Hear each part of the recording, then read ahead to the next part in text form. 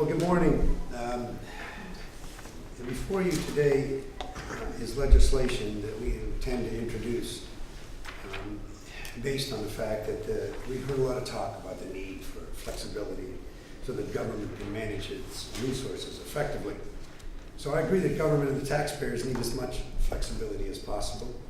And for that reason, we'll be introducing a bill to provide for the recall of elected officials who do not follow through on their promises to Ohioans. The bill will allow Ohioans and the voters to recall statewide office holders other than the Ohio Supreme Court justices and members of the General Assembly when they have reason to believe or think that those officials are not representing their views or his or her constituents is acting in a way that is harmful to the state of Ohio. And I'm sure all of you are aware that many other states have done or will be doing a recall legislation. Let me make it clear here. We are doing this for the biggest reason is that we have seen throughout the United States an attack on working people, an attack on organized labor, and an attack on the ability to collectively bargain. This isn't just in this state, and we certainly would be disingenuous if we didn't say that this has a lot to do with this governor. We think that he is relied on bad advice, and what he thinks is working is not working. He's dividing the state. He's hurting the people in the state. And we think that this legislation that we'll be offering will go to the heart of those constituents and voters who have grown disenchanted with this governor. Thanks.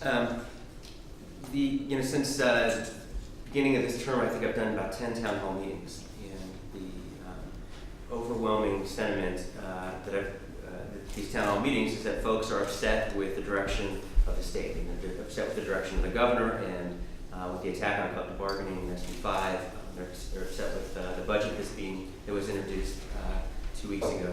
And they feel like 3 months into the term of the new General Assembly, new governor, they've got no recourse at all in order to take back what they feel, in many respects, people have made a mistake when they voted for Governor Kasich in November of 2010. So this bill, as Representative Hagan said, provides the state with a recourse in order to recall a sitting state officer or state representative or state senator.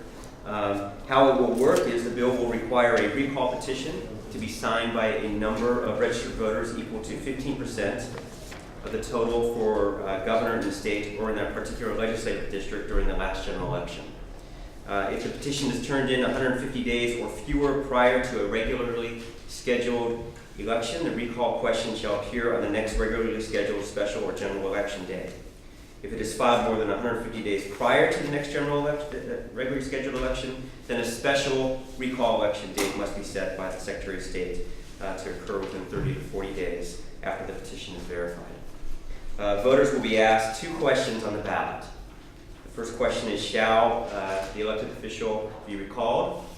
And the second question is, shall a candidate, and assuming that happens in the affirmative, shall a candidate